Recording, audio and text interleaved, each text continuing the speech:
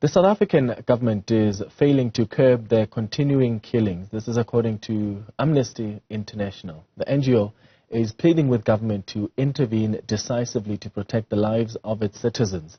The country has seen the sharp rise in mass killings, raising questions on whether the country's law enforcement agencies' capabilities to fight these violent crimes. I'm now joined by Mienki Statler, who is the spokesperson at Amnesty International South Africa. Mienki, thank you for making time for us.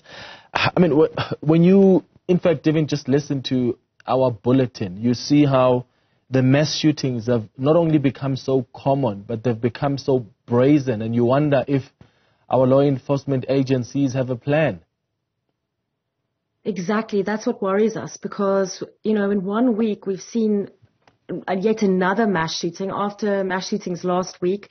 It's not just that. We've even seen the killing of an activist in Cape Town.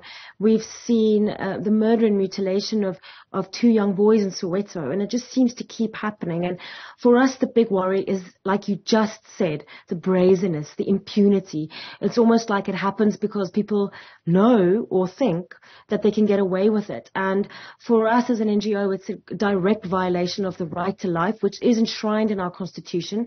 And sadly to say, the government's failure to create a safe environment for everyone, to deliver on that mandate, that right to life. It's the most fundamental human right that there is.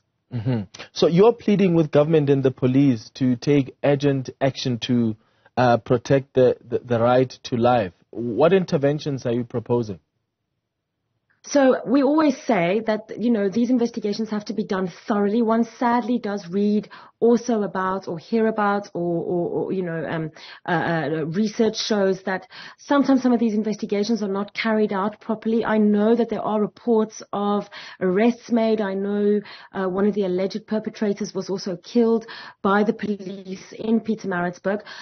But generally one also hears that, investigations were just not thoroughly carried out. Forensic evidence was lost, messed with. And so we call on the South African Police Service, which is, mandated by the government, to make sure that these crimes are investigated and that the perpetrators of these crimes are brought to justice. Again, we've seen arrests made now recently, but we don't always see that, right? We hear of people being shot, and then then it just seems to disappear, and then you hear of the next lots of people being shot, and then it disappears again. We also find that even, a lot of this is gun-related, and whether it's illegal or legal weapons, that is another issue that the government really needs to consider. Yeah, I mean, the proliferation of illegal firearms in South Africa, that's a big crisis. It's going to take... Yeah, easy access to firearms, it's too easy to access a firearm. Yeah, it's going to take more than, I imagine, law enforcement agencies to be able to curb these common and brazen murders.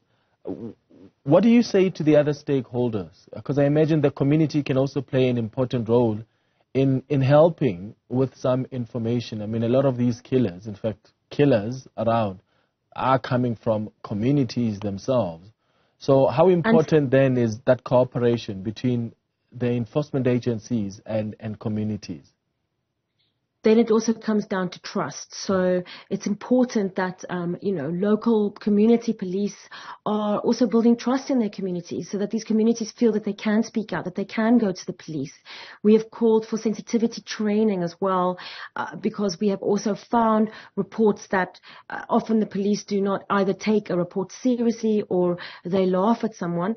And so it comes down to trust. But yes, human rights applies to all of us, right? So the government has a mandate to create a safe environment so that our fundamental human right of life can be upheld.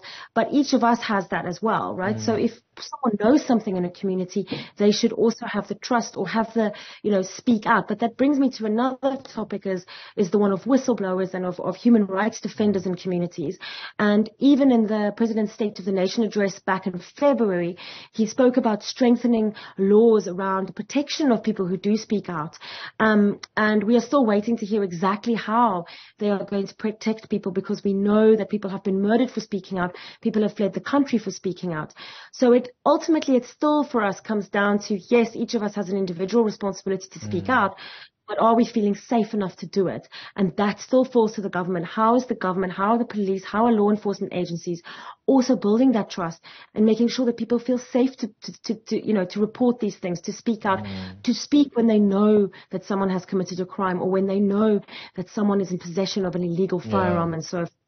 Yeah, knowing that they will at least get some protection from the state. Do you think that police stations are properly capacitated, though? I mean, often when we talk about the need for police visibility, the need for there to be enough police officers to investigate and take up some of these priority crimes, we are often told of the lack of capacity within the system.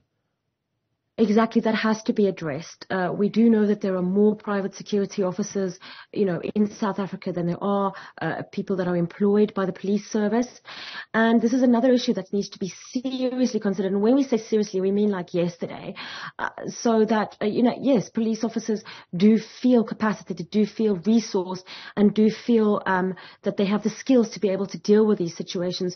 I know that there are communities that also don't have, for example, any police patrols during the night. It's only small satellite officers that are there during the day. That needs to change. We need to look at, how is the budget used?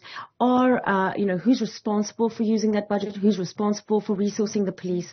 And make sure that these things are corrected, because then we can move closer towards making, another right in our constitution is the right to the security of the person. So it's really the right to feel safe as well and to walk around freely. And it's all these things need to come together, and it's absolutely direly serious. South Africa, one can argue, has been not really safe for many people for, one could argue, hundreds of years or since its, start. But it feels like we're just seeing more and more impunity, more brazenness, to use the word you used, Clement, and it's happening more and more. And it means something is wrong. Something is not being fixed. Yeah. Often, people say the road always starts right at the head. Do you think that there's the right leadership, whether it's political leadership through the police minister, Bheki Cele, because he oversees the SAPS, or the executive leadership, through someone who's responsible for, the operations of the SAPS, and that's the police commissioner? Do you think, as Amnesty International South Africa, those are the right people to see us through a plan to fight this crime? They should be the right people. They have been, appointed or elected to these roles.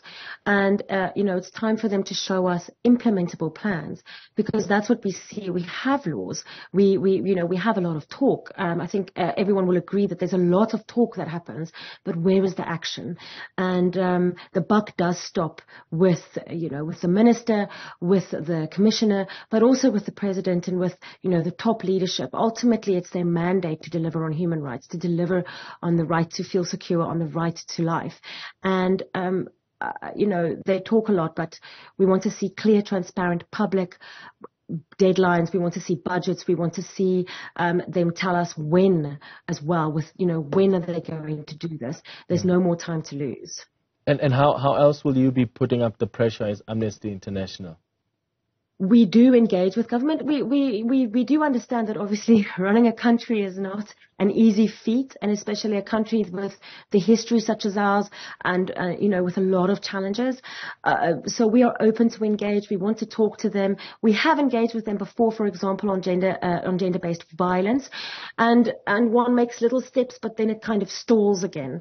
And, we go back to them again. We write letters to them, ask them if we could meet with them, so that one can also speak through what are these challenges and can we all come up with solutions together that are implementable, because it really comes down to that implementation of the talk, the implementation of the plans, because it's all good and well to say we're going to do arrests, we've arrested people already, we are investigating crimes, but is there like a procedure, is that procedure always being applied? And so we put pressure on to by engaging with them. We don't want to shout, we want to engage with them, but we also want to speak sternly, because every single life that is lost, and I think all of us become a little bit insensitive to it, and that's really, really tragic. Every single life that was lost had value, and And that's what it also comes down to, is that people should be able to live lives freely and without fear of dying. Yeah.